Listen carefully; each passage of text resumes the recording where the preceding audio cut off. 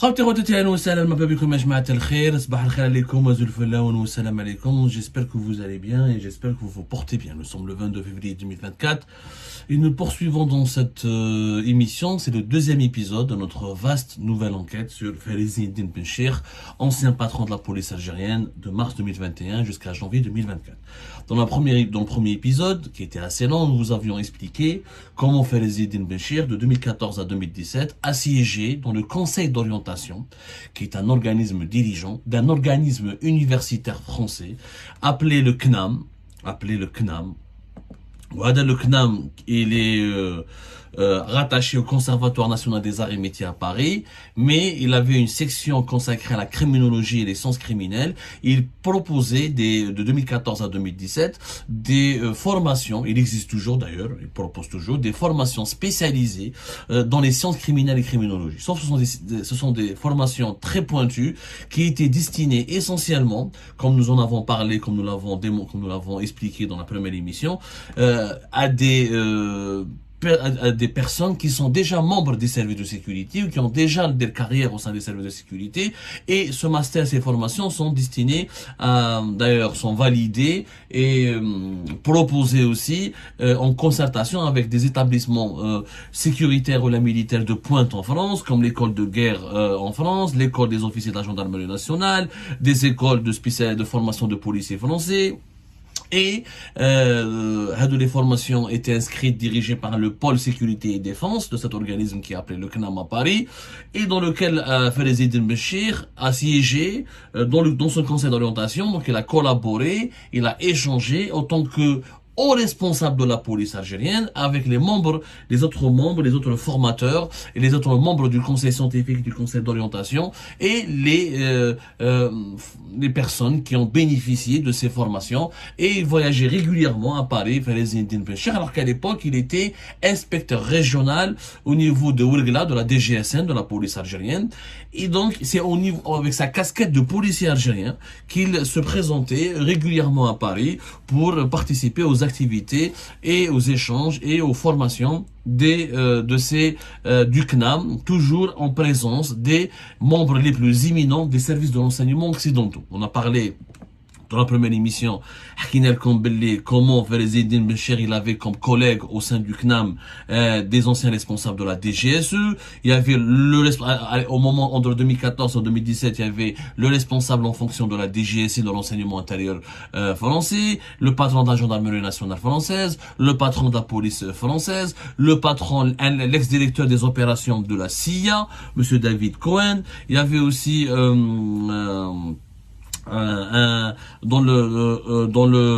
comment on appelle ça, un ex-directeur de renseignement de la DGSE, Alain Juillet.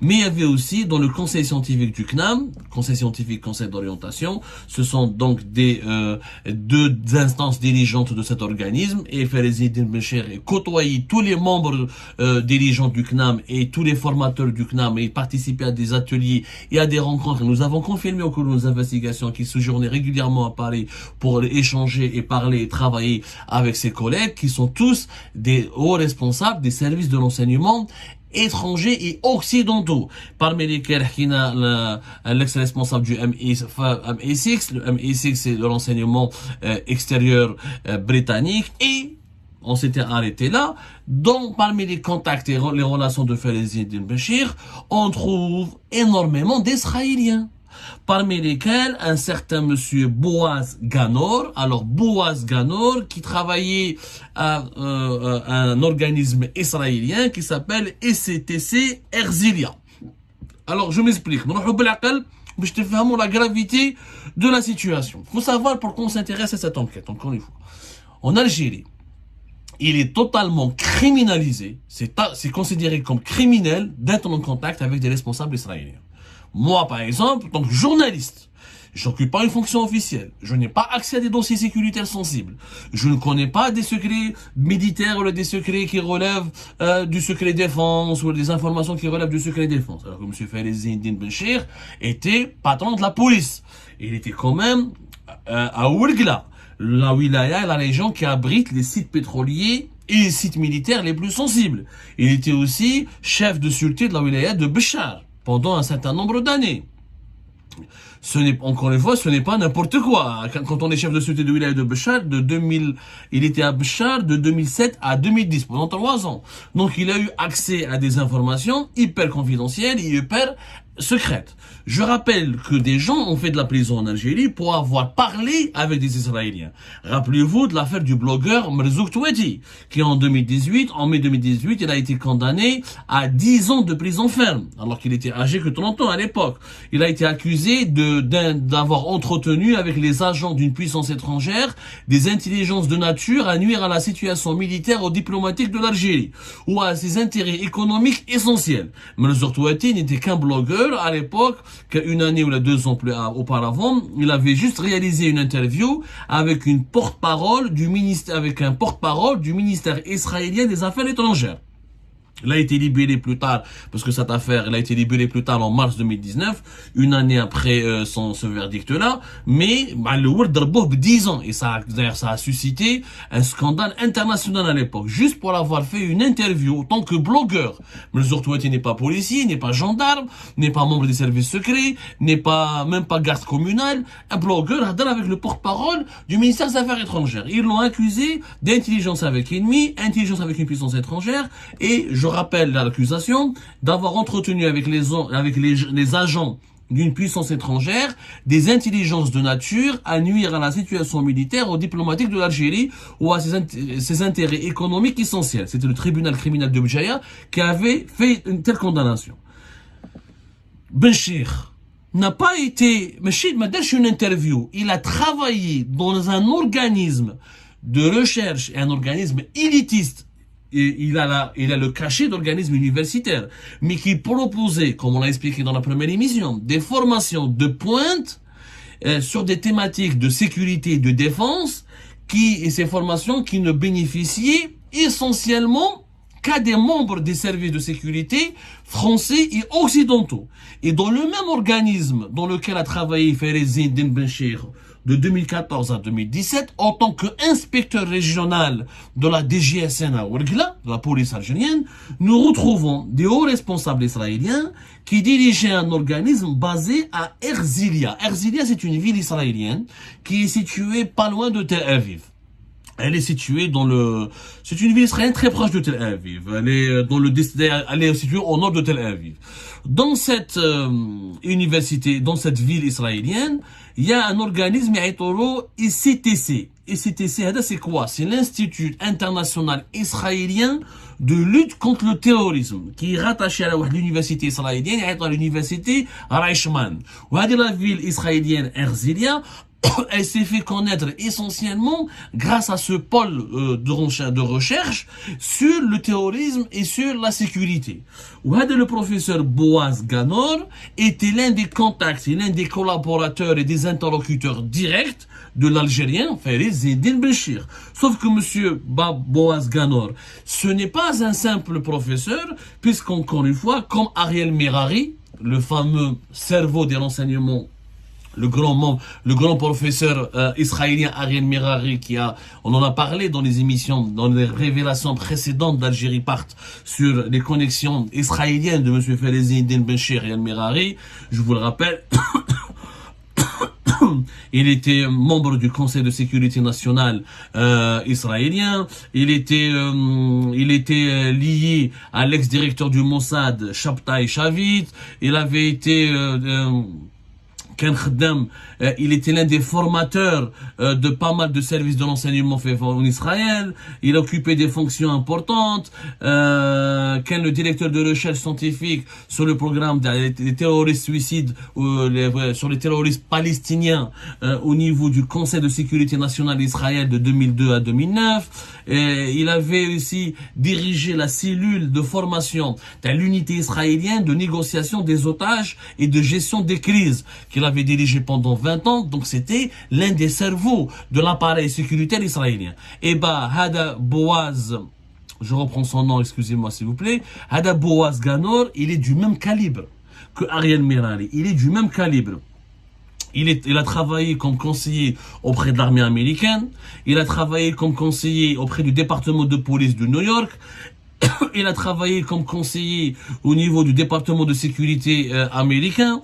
Il a travaillé comme, il était membre ouathanique du Conseil de sécurité national israélien, comme Ariel Merari. Il est devenu membre du Conseil national de sécurité israélien depuis 2001. Il était spécialisé dans la surveillance de l'incitation à la violence et au terrorisme. Encore une fois, je vous rappelle que Israël classe comme terroristes les mouvements de résistance israélienne et que c'est quand même étrange que le régime algérien permette à un haut responsable de la police algérienne de siéger dans un organisme officiellement de recherche et de formation universitaire, mais dans lequel on retrouve des hauts responsables et des anciens des services de renseignement occidentaux et des hauts responsables des services de renseignement israéliens. On rappelle, en Israël, c'est une sécuritocratie, il y a une emprise des services de sécurité et de l'armée sur la vie politique. On voit bien que les politiciens israéliens ont tous, ou ils sont des anciens de l'armée, ou ils ont des relations avec l'armée, ou c'est des anciens des services de renseignement. Hada Ganor, professeur Ganor, je rappelle qu'il était conseiller, qu'il a travaillé qu'il était le conseiller du coordinateur israélien de la lutte contre le terrorisme au bureau du premier ministre et ministre israélien de la Défense. Il a été aussi consultant de Benjamin Netanyahu. En 1995, il était le consultant de Benjamin Netanyahu, le criminel qui est en train de tuer les enfants et la population de Gaza. Donc, il a travaillé essentiellement avec tous les organismes israéliens, les organismes israéliens les plus prestigieux, les plus influents. Il a même conseillé donc Benjamin Netanyahu. Il a même, ça c'était en 1995, il était l'un de ses consultants. Il a travaillé avec le coordinateur israélien de lutte contre le terrorisme, ou dans son centre que dirige le professeur Boaz Ganor, à savoir l'ICT de l'Institut international de lutte contre le terrorisme de Herzliya. Nous retrouvons quoi? Nous retrouvons beaucoup d'officiers très importants, très prestigieux et très puissants des services de renseignement israéliens qui venaient à Paris et qui participaient au nom du ICTC Herzliya aux formations ou là aux ateliers des échanges ou là aux travaux de coordination avec le CNAM de Paris. Avec le CNAM de Paris avait des activités, organisait des activités, des ateliers, des formations spécifiques de courte ou de longue durée, dans lesquelles les responsables israéliens, des services de renseignement ou de plusieurs services de sécurité israéliens participaient régulièrement. L'Algérien Farizid Bachir était régulièrement présent à Paris, il rencontrait ces Israéliens, il faisait ses ateliers avec eux, il échangeait avec eux, il leur parlait le plus normalement du monde, alors qu'en Algérie, on criminalise toute relation avec les dirigeants israéliens. C'est quand même bizarre.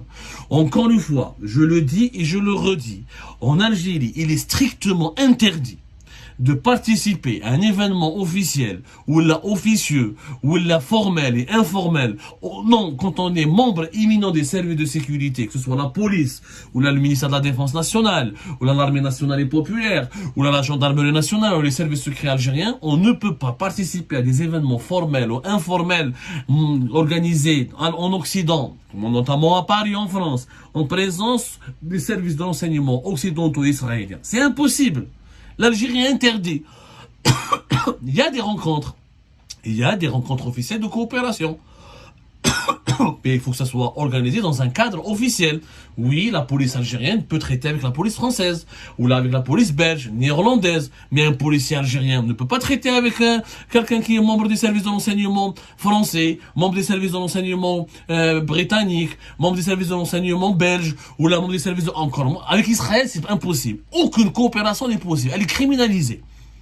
Un simple citoyen, s'il entre en contact avec un citoyen israélien, il dit « J'ai participé à des plateaux, à E24 News. » Donc, journaliste, on m'a considéré comme un traître. Mais les autorités d'abord 10 ans de prison pour une interview. Monsieur, avec une interview, alors qu'il est blogueur. Monsieur Farizid Bachir, policier, inspecteur régional de la police algérienne, fait Ouargla.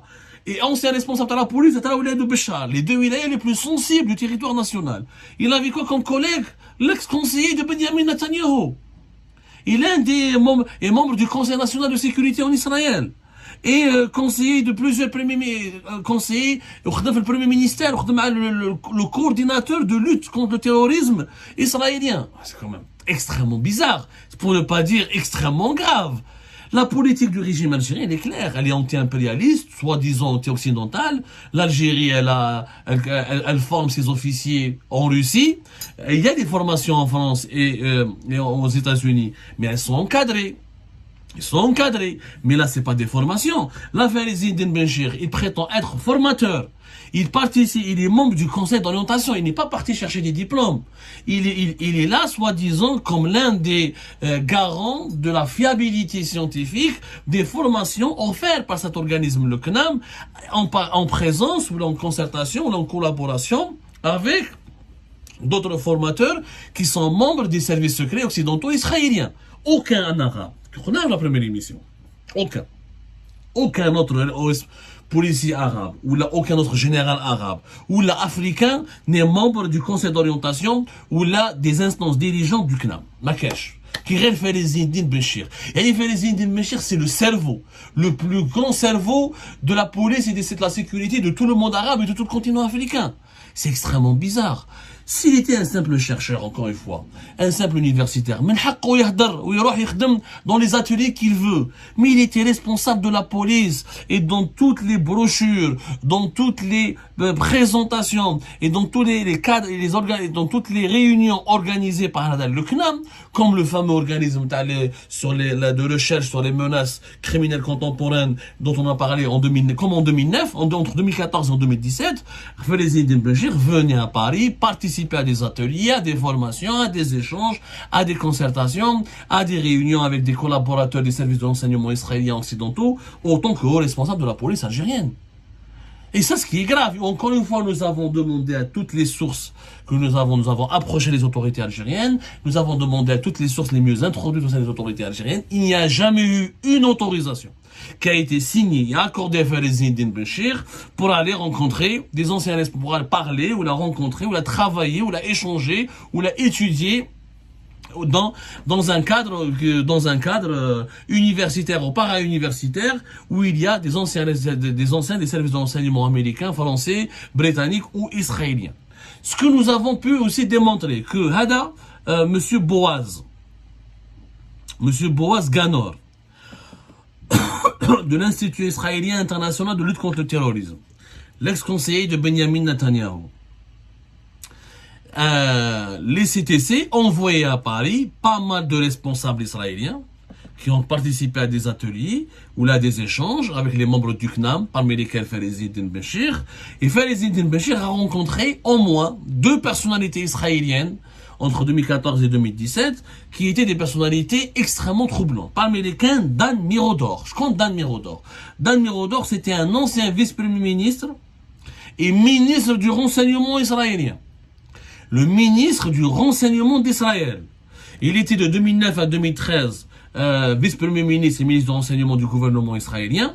Et de 2004 à 2006, il a été président du comité nommé par le ministre israélien de la Défense sur la doctrine de défense d'Israël. Il est l'un des membres les plus importants de l'Institut international israélien sur la lutte contre le terrorisme de Herzliya, la fameuse université Reichman qui est basée encore une fois à Herzliya en Israël. Eh ben, il venait régulièrement, il venait régulièrement à Paris, et il parlait, il échangeait, il participait à des cas et des réunions dans lesquelles était présent Zine Benchir. Qu'est-ce que Zine Benchir peut apporter comme expérience scientifique à quelqu'un qui était ministre du renseignement d'Israël? Ça rentre pas dans la tête.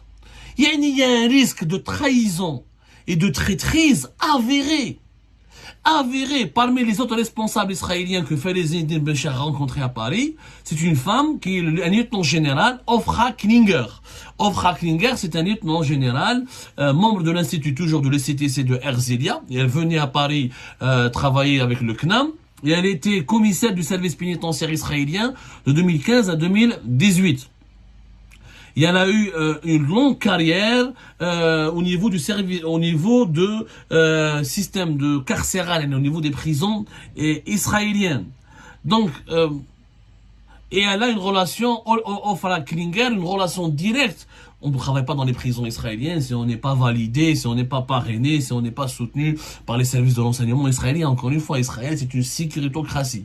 Elle a une façade démocratique occidentale, mais son fonctionnement est une sécuritocratie. C'est-à-dire que il y a une emprise des services de sécurité et de l'armée sur la vie politique parce qu'Israël, elle est menacée régulièrement par ses voisins qui la reconnaissent pas. Maintenant, ça va mieux, beaucoup de pays la reconnaissent. Mais Israël a toujours existé. Elle agit, elle se comporte, elle a une politique qui consiste à être prêt à n'importe quel moment à faire la guerre. C'est pour cette raison que les décisions politiques impliquent énormément les services de renseignement et l'armée israélienne. Donc, qu'est-ce qu'il peut apporter au lieutenant général israélien l'israélien Ofra Killinger. Donc, c'est des relations totalement troublantes qui indiquent clairement un risque de trahison.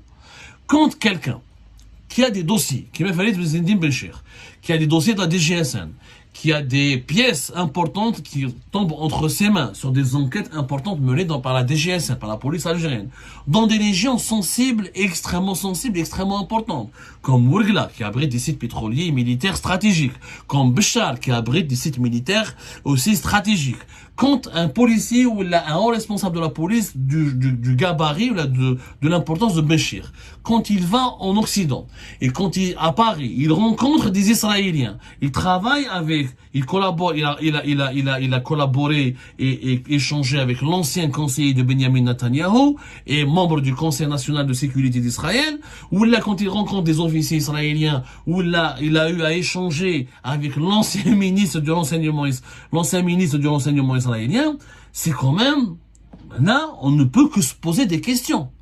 Il y a un risque de trahison, c'est-à-dire que ces interlocuteurs israéliens ou occidentaux pourraient facilement soutirer des informations à M. Benchir. Parce que, qu'est-ce qu'il va leur apporter? Quand les occidentaux se rencontrent entre eux, c'est des alliés. Les Français, les Américains, les Israéliens sont des alliés. On le voit bien dans la crise de Gaza, la France et les États-Unis appuient la politique israélienne, il y a des intérêts communs, il y a des enjeux communs, il y a une coopération commune. Mais l'Algérie n'a jamais été alliée de l'Occident. L'Algérie coopère, elle échange dans un cadre bien précis. C'est du donnant-donnant avec la CIA, avec la DGSE, avec le MI5, la MI6. Oui, mais elle n'a jamais officiellement, elle n'échange pas avec le Mossad, avec les services de renseignement israéliens. Elle ne reconnaît pas Israël. Elle criminalise toute relation avec Israël. Et en plus, ce n'est pas la police, ce n'est pas un policier d'échanger avec les services secrets français. Il y a les services secrets algériens, renseignement extérieur, qui ont un cadre de coopération à travers des bureaux de sécurité dans les ambassades d'Algérie ou à travers des rencontres formelles et officielles, où il n'y a que des échanges. Ça peut j'ai un Algérien. Il va prendre un café, il dîne, il participe à des activités scientifiques, de recherche, il partage les tâches, il assume des responsabilités, il collabore, il échange, il coopère dans un cadre universitaire à l'étranger, à Paris, loin des regards, loin de la surveillance des autorités de son pays. Il rencontre, il échange, il participe, il travaille avec des officiers de renseignement israéliens et occidentaux. J'ai jamais vu, des masalach. Est-ce que vous imaginez qu'un policier français, un responsable de la police française, est-ce qu'il peut être membre d'un organisme de recherche iranien où il n'y a que les membres des services de sécurité iraniens, chinois ou les Russes? J'ai jamais vu. Pourquoi? Parce que les Français, la Russie, l'Iran, pour eux, c'est pas des alliés. C'est des ennemis. Donc, si un policier, un responsable de la police française se déplace à Téhéran ou là à Moscou, c'est quand même très mal vu. C'est même interdit. Un responsable de la police française ne peut pas aller à Ankara ou à Istanbul et travailler, collaborer dans des travaux de recherche avec les services de renseignement turcs. Il y a un risque de trahison. Et c'est normal. Et c'est compréhensible. La même chose, est-ce que vous avez vu un responsable de sécurité américain participer à des rencontres en Chine avec les services de renseignement chinois? Ça ne passera jamais. Ça ne passera jamais, parce qu'il y a le devoir de réserve. Et quand un fonctionnaire a eu accès à des dossiers très sensibles, il doit être surveillé, il doit être contrôlé, et il ne peut pas entrer en contact avec les services de sécurité étrangers dans n'importe quelle circonstance ou dans n'importe quel contexte. Il faut qu'il y ait des cadres il n'y a que le cadre officiel. Il y a des cadres, la coopération entre les services de sécurité, elle est encadrée par des rencontres officielles, en présence des diplomates, en présence des représentants des États. Oui, il y a des échanges de coopération sur des dossiers de lutte commune contre la criminalité et le terrorisme. Parce que tu voyages, tu prends des congés, tu laisses tomber ton boulot à Ouargla pour aller à Paris. Tu manges, tu dînes, tu travailles, tu collabores, tu participes à des formations, à des consultations, et à des échanges avec des membres des services de renseignement israéliens et occidentaux. C'est du jamais vu. Ça, c'est pas un cadre de coopération officielle. Et l'Algérie ne coopère pas officiellement avec Israël. Et c'est pas comme ça que ça se passe, la coopération sécuritaire. Ça, c'est, je suis pas juge, je peux pas qualifier Falaise Bencher de traître, mais une enquête s'impose, et la grande question qui se pose, comment, durant toutes ces années, de 2003 à 2017, quand même. C'est la deuxième révélation, la deuxième enquête que nous faisons faire Algérie pas. 2009, il était membre d'un organisme universitaire français, quand même, qui regroupait des hauts responsables des services de renseignement occidentaux israéliens. De 2014 à 2017, il était membre aussi éminent. C'est pas un étudiant ou un était plus que formateur, membre du conseil d'orientation d'un autre organisme universitaire qui regroupe aussi des anciens responsables des services de renseignement occidentaux israéliens. C'est quand même étrange. Pendant toutes ces années, que faisaient les services secrets algériens? Ils étaient au courant. Moi, quand je pose la question, ils trouvaient effectivement bizarre ces déplacements en France, mais à chaque fois, c'est la DGSN, ils fournissaient, non, ils parlent en mission. Quelle est la mission? Elle dit, oui, tu pars, tu rencontres un ancien, tu travailles, ou tu rencontres un ancien conseiller de Benjamin Netanyahu, ou là, un ancien ministre du renseignement d'Israël, ou là, des anciens responsables de la DGSE, t'as la MI6, ou là, une ancienne lieutenant générale, ou là, une lieutenant générale israélienne. C'est quel genre de mission, hein? Ce sont pas des missions qui relèvent de la défense des intérêts suprêmes de l'État algérien, parce que ça se passe pas comme ça. Ça ne peut pas se passer comme ça. En réalité, M. Falaise Bencher est un élément troublant, est un personnage hyper mystérieux, qui a eu des connexions extrêmement bizarres, qui pourrait être qualifié facilement, comme c'était le cas de Mesure Touati Mskin, d'intelligence avec ennemi, où là, en fait, je pense que chacun pourrait tirer la conclusion nécessaire. Les faits sont là. Quand on parle contre le régime algérien dans des leçons de patriotisme et de nationalisme aux opposants ou à ses adversaires, il devrait quand même se remettre en question et fournir des explications. Comment quelqu'un comme Falaise Bencher, qui a siégé au Haut Conseil de sécurité nationale, le Haut Conseil de sécurité de 2021 jusqu'à la fin de l'année 2023, il a participé à une dizaine de réunions du Haut Conseil de sécurité. Il a entendu, écouté, pris note des échanges sur les dossiers de sécurité les plus sensibles du pays, les plus secrets du pays.